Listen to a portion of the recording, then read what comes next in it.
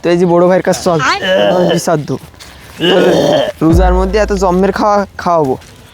এই কি ব্যাপার ওরে গলার এই গেঞ্জি এরকম ছাগলের মতন ধরে টানতে টানতে আনতেছিস কেন? কি হয়েছে? বড় ভাই বিচার করেন কেন কি করিস? ও এই রোজার মাসে এক হোটেলে গিয়ে সে হোটেলিতে যত খাবার আছে গরুর গোশ, হাঁসের গোশ, চিংড়ি মাছ আরো অলরেডি যত প্রকার আছে সব খাইছে মানে সেরির সময়? সেই সময় এই এই রোজা কি জন্য? রোজার মাসে মানুষ একটু সংযম করবে, খাওয়ার একটু কম খাবে আর বেশি বেশি ইবাদত করবে, তারপর আবার সন্ধ্যাবেলা গিয়ে ইফতারি করবে, এই জন্য হলো রোজা।